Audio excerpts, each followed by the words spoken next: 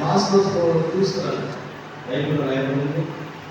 ప్రియమైన క్రైస్తవ సంఘమా, మరి చరిత్ర ఏంటంటే బబులోను దేశానికి రాజు, బబులోను దేశానికి రాజు ఉన్నారు. ఆ రాజుగారి తండ్రి మరి ఆయన అయితే నెబుకద్నెజర్, ఆయన కుమారుడు రాజు అయ్యాడు. ఆయన రాజు ఎలా అయ్యాడు? నెబుకద్నెజరు పరిపాలన బాగున్నప్పుడు బాగానే ఉంది. అయితే ఆయన పరిపాలన బాగున్నప్పుడు ప్రియమైన క్రైస్తవ సంఘమా అని అనుకున్నాడు, ఈ బబులోను రాజును రాజధానిగా చేసింది నేనే కదా అని మనసును అనుకున్నాడు.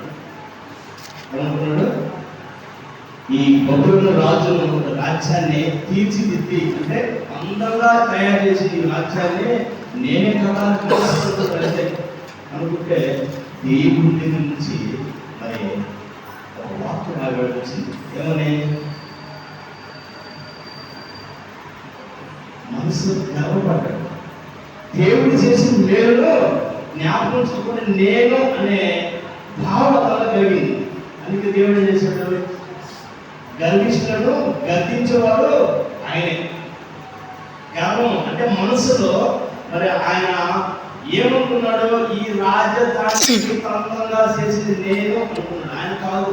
దేవుడు రాజునైనా మంత్రులైనా ప్రధానమంత్రులైనా ఎవరైనా సరే గద్దె మీదకి ఎక్కించేది దేవుడే. మనం ఏమనుకోవాలి? దేవుడు చేసిన మేలు అనుకోవాలి, కానీ ఇప్పుడు నాది నేను అనే భావము.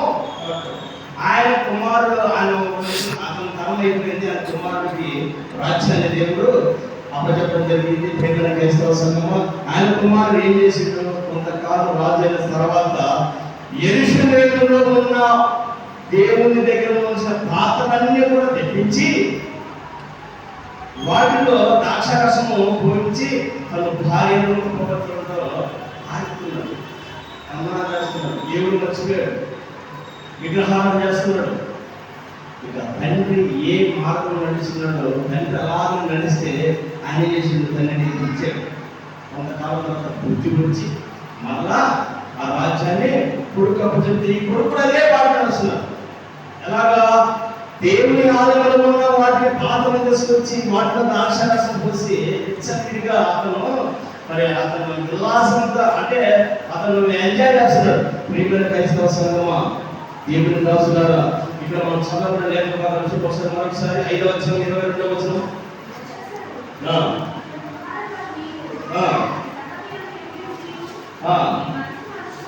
నీ మనసును ఉంచుకొనగా, ప్రియమైన క్రైస్తవ సంఘమా, ఎవరైనా సరే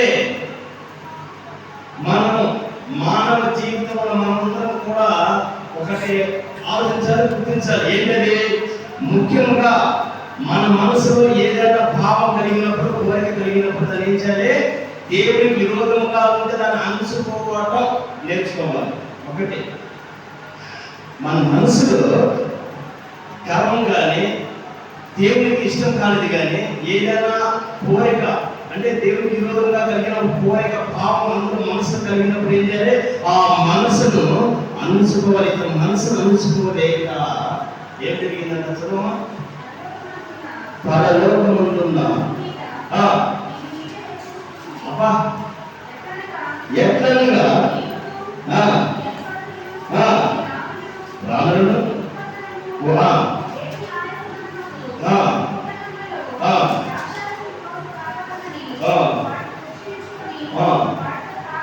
తాగుచు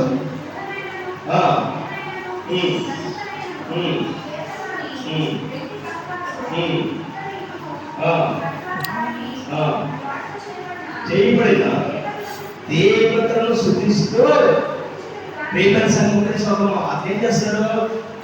కోత పొయ్యబడిన బొమ్మలను శుద్ధిస్తున్నాడు. ఏం శుద్ధిస్తున్నాడు? మనుషులు చేయబడిన కోత చేయబడిన విగ్రహాలను శుద్ధిస్తున్నాడు. దేవుడిని మర్చిపోయాడు.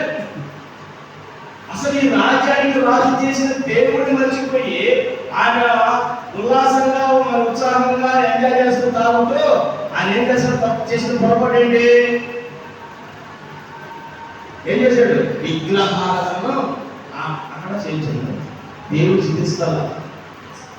దేవుడిని కనపరచలా, దేవుడిని విడిచిపెట్టాడు, దేవుడికి దూరంగా ఉన్నాడు, లోక ఆశలంతా జీవిస్తున్నాడు, మనసులో గర్వం ఉంది. ప్రియమైన క్రైస్తవ సంఘమా, ఎవరికి అంటే పరలోకంలో ఉన్న దేవుడికి విరోధంగా మరి ఆయన తప్పు చేస్తున్నాడు. అందుకే ప్రియమైన క్రైస్తవ సంఘమా, దేవుని దగ్గర నుంచి మళ్ళా వచ్చిందండి. ఏమని ఏం చదువు? నీ ప్రాణము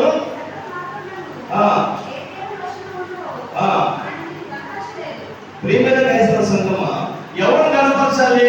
మన ప్రాణం ఎవరి దగ్గర ఉన్నదో, మన ప్రాణం ఎవరైతే తీయగలదో వారిని కనపరచాలి. కానీ పోత పోయబడినా వాటిని కనపరచాలి. దేవుడు మర్చిపోయాడు, వాటిని కనపరుస్తున్నాడు. అందుకే ప్రియమైన సంఘం, క్రైస్తవ సంఘమా, మరి కీర్తనకారులో 119:2 ఏమంటాడు అంటే, గర్విష్ఠులను గద్దించువాడు ఆయనే. గర్వం పడితే మనసులో ఉన్న వాటిని అందించుకోకపోతే ఆయన గద్దిస్తాడు, ఇతరులు కూడా గద్దిస్తాడు. ఎలా, ఏ విధంగా గద్దించాడంటే ప్రేమ సంగమా, దేవుని దగ్గర ఒక హస్తం వచ్చినది, ఒక రాత రాయబడింది, గోడకు రాయబడింది.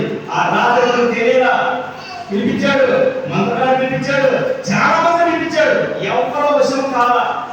దానికి భావం చెప్పడం, ఇతనికి సమత వ్యక్తి ఏంటి, ఈ హస్తము, ఈ గోడ మీద రాసిన రాత ఏంటి అనే ఈ రాజుకి కంగారించింది. ప్రియమైన క్రైస్తవ సంఘమా, అందుకే ఎప్పటికైనా సరే దేవుడికి విరోధంగా ఏది కూడా చేయకూడదు, దేవుడికి ఇష్టం కానీ ఏదో చేయకూడదు. దేవుడిని గడపరచాలి, ఎందుకంటే మన ప్రాణం ఆయన వస్తువులు ఉన్నది. అందుకే మనం ఆయన భయపడాలి కానీ, ఆయన స్థితించాలి కానీ, ఈ లోకంలో ఏదో ప్రేమించదో అది విగ్రహాలనే. మరి ఆ రాసిన రాత్రి మరి తెలుసుకోవాలంటే ఏం చేయాలని అది దిగుతుంటే అతని శ్రీమతి ఒక సలహా ఇచ్చింది. అయ్యా, మరి మీ నాన్నగారు కూడా ఇలాగనే ఉంటే ఒక ధాన్యాలు ఇచ్చి దానికి చెప్పడం జరిగింది.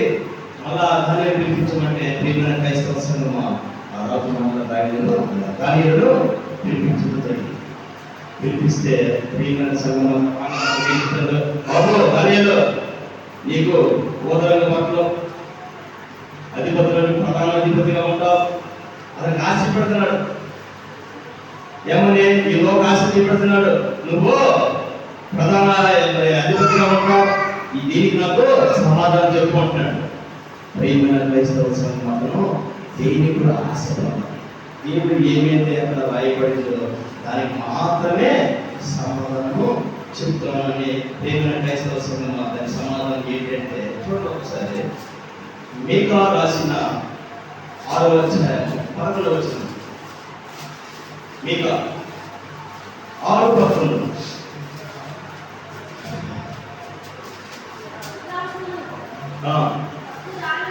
ప్రియమైన క్రైస్తవ సంఘమా, తప్పు చేసినప్పుడు ఆ తప్పుకు శిక్ష తప్పదు. మరి ఇతన్ని త్రాసులో తూచడానికి దేవుడు మరి అనుమతించాడు. దేవుని దగ్గర చూసే త్రాసు తప్పుగా ఉంటుందా? తక్కడే కాట తప్పుగా దేవుడు ఉండదు. మన ఊళ్ళో సాధువులు ఉంటుంది కాట. ఏడు తెలుసా, పాత అంటే మన చిన్నతనంలో పూర్వకాలంలో కాట పోయి చింతపండు పెడతారు. తప్పుడు కాటాలి అంటే ఆ చూసేకెళ్ళి రాగడి కాకుండా మనకి ఇచ్చేవాడికి వెళ్ళి చింతపండు అంటేస్తారు. తప్పుడు కాటాలంటే అటువంటి తప్పుడు కాదంటే తప్పుడు తీర్పు కాదు, తప్పుడు కాటాలని దేవుని దగ్గర ఉండదు. ఉన్నట్టుగా చెప్పే మన దేవుడు తప్పు చేస్తే తప్పు చేసా, ఈ తప్పుకు పరిష్కారం ప్రియమైన సంఘమా, దేవుని సంఘమా, దేవుడు తెలుసా. యెషయాలో ఏమన్నా రాయబడింది తెలుసా? ఒకసారి చూడండి, 57వ అధ్యాయం 11వ సంఘమా, 57 యెషయా.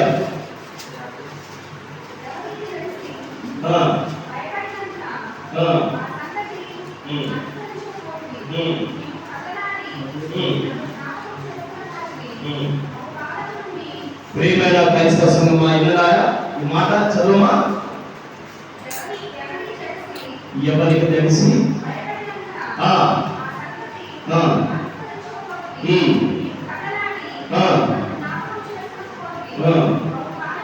బహుకాలం నుండి చేస్తున్న తప్పుదలను, మనం చేస్తున్న దేవుడికి విరోధమైన పనులన్నిటిని కూడా దేవుడిగా చూస్తుంటే మనమంట రెచ్చిపోతామంట కదా. మనము మారు మనసు లేక, పశ్చాత్తాపం లేక, దేవుడికి విరోధంగా ఉండి దేవుడు మనం చేసిన పొరపాటును చూస్తున్నట్లున్నదే ఇక దేవుడు మనం ఏం శిక్షిస్తానంటున్నామో. దేవుడికి కోపం వచ్చిందనుకో నువ్వేమంటే తెలుసా, దేవుడు ఏమంటే తెలుసా, నువ్వు చేస్తున్నది కూడా నేను చూస్తున్నట్టు నువ్వు అనుకుంటువా. మనం ఈరోజు ఆయన కాటేసి ఈరోజు మనం కాటేయాలి. మనం చూసాలి ఈ క్లాసులో మనల్ని చూస్తే చదవమా, నీవు నాకు భయపడతలేదు.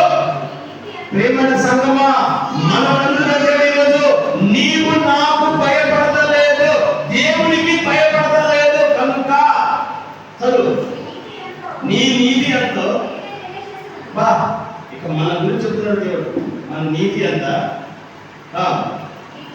మన క్రియలు, నువ్వు మొరపెట్టినప్పుడు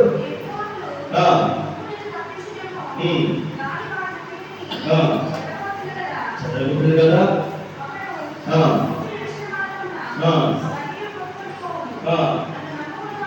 నన్ను నమ్ముకున్నవాడు దేశంలో, ప్రియమైన క్రైస్తవ సంగమా, దేవుడు నమ్ముకున్నవాడు దేశాన్ని స్వతంత్రించుకున్నాను.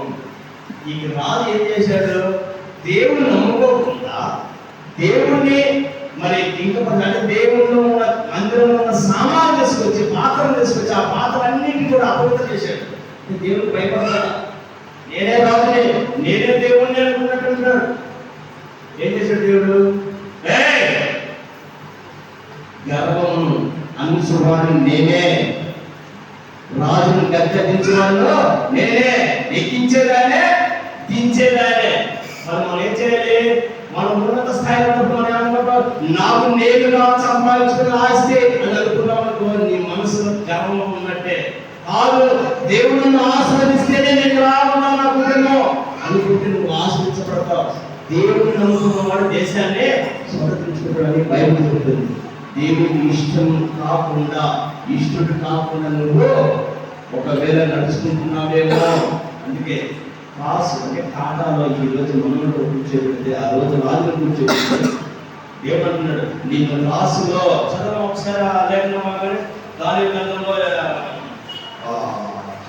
4:5-27 వచ్చింది.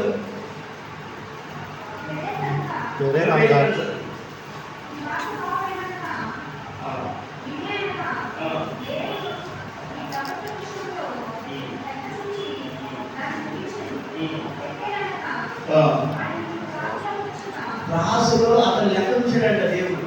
రాజు గారి లెక్క క్లోజ్ చేశాడు. ఏమని, అయ్యా ఇక నువ్వు రాజ్యానికి రాజుగా పనికిరావు.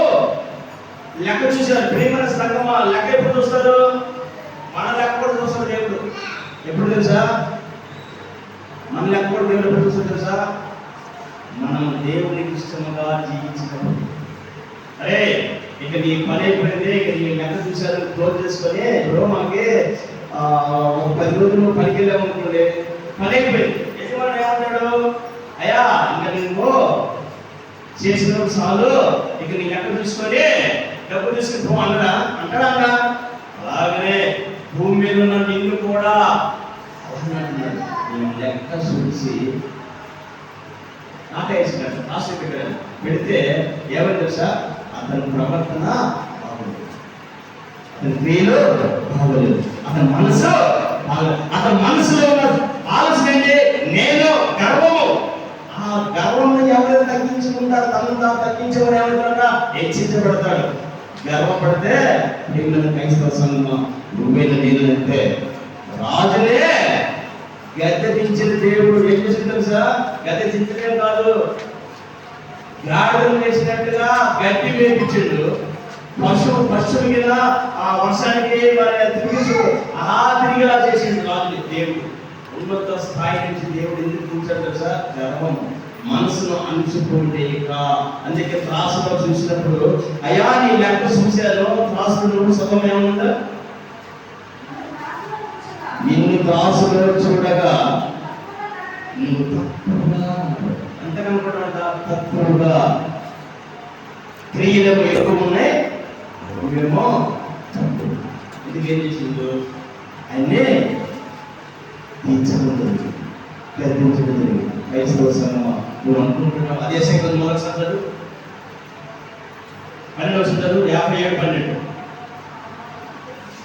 57 12 నీ నీతి అంతా నేనే తెలియజేసేదను, నీ క్రియలు నీకు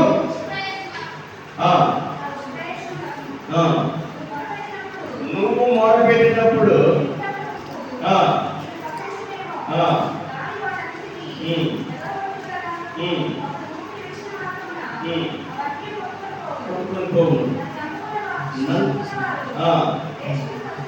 నన్ను నమ్ముకున్న వారు దేశంలో స్వతంత్రించుకుని, దేవుడు నమ్మిన వారు ఆశ్రయించబడతారు, దేవునికి ఇష్టలుగా ఉన్నవారు దీవించబడతారండి. దేవునికి మరి లోబడిన వారే మరి వర్ధిల్లుతారు. ప్రియమైన క్రైస్తవ సంఘమా, ఈ రోజు మనముగా ఎవరి వారుగా మరి పరిశీలించుకుంటే మనం ఏమనుకోవాలి? అయ్యా, నువ్వు రేపు నన్ను మరి తక్కట్లో పెట్టి దాసులో పెట్టి చూస్తే నేను ఎలా ఉన్నాను? చిన్నవాడిగా ఉన్నాను, నీకు ఇష్టడుగా ఉన్నాడా, లేకపోతే అవిష్టుడుగా ఉన్నాను? ప్రియమైన క్రైస్తవ సంఘమా, నువ్వు నన్ను దేవుడు ఆధార పెట్టి చూస్తే మన క్రియలు, మన నీతి క్రియలే మనకి ఎక్కువగా కనబడతాయి. మనం చేసిన మేలు కానీ, మనం చేసిన పుణ్యం కానీ, మనం చేసిన మంచి కానీ తక్కువగా కనబడుతుంది. చిన్నవాడిగా కనబడుతున్నాను. క్రైస్తవ సంఘమా, నువ్వు దేవుడిని నమ్మినప్పుడు, నువ్వు దేవుడి దగ్గరికి వచ్చినప్పుడు, నువ్వు దేవుడిని ఇష్టంగా జీవించినప్పుడు దేవుడు ఏం చేస్తాడు తెలుసా? దేవుడు ఏమంటాడు తెలుసా? నేను చూడు ఒకసారి నిర్దేశించగలము. 7వ అధ్యాయం 14వ వచనం.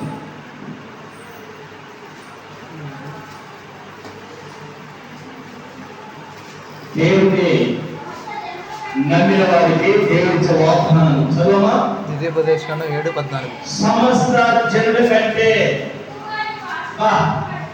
సమస్త జనుల కంటే ఎక్కువగా నువ్వు ఆశీర్వదించబడతావు. ఆమేన్. Thank you Lord. మనము దేవుడికి ఇష్టలుగా ఉంటే దేవుడు ఇచ్చిన వాగ్దానం ఏంటి? సమస్త జనుల కంటే నువ్వు ఎక్కువగా ఆశీర్వదించబడతావు. ఆశీర్వదించాలంటే గొప్ప భాగ్యవంతులు అవుతావు. ఆ ఆశీర్వాదం నీ కుటుంబాన్ని దీవిస్తుంది, ఆ ఆశీర్వాదం నీ కుటుంబాన్ని రక్షిస్తుంది, ఆ ఆశీర్వాదం నీ కుటుంబాన్ని మరి 30 60 100 కూడా వర్ధిల్లా చేస్తుంది. ప్రియమైన క్రైస్తవ సంఘమా, ఆ రాజు మనసులో అతను గర్వపడుతున్నప్పుడు దేవుడిని 7 రాసినప్పుడు దానికి సమాధానం చెప్పినప్పుడు ఏం జరిగిందా? పశ్చాత్తాపడి తన తప్పు తాను తెలుసుకొని తన మనసును అనుసుకున్నాడు. ప్రియమైన క్రైస్తవ సంఘమా, ఎవరైతే దేవునికి లోబడతారో వారందరూ కూడా ఇదిగో సమస్త జనుల కంటే నువ్వు ఆస్వాదించబడతావు. జనులందరికంటే ఎక్కువగా ఆస్వాదించబడతావంట. ఈ లేఖనం మనందరికీ వర్తించలాగా వాక్యం మనందరికీ నిలబడిందాక. ఆమేన్. చికటమన్నే మానవులంతా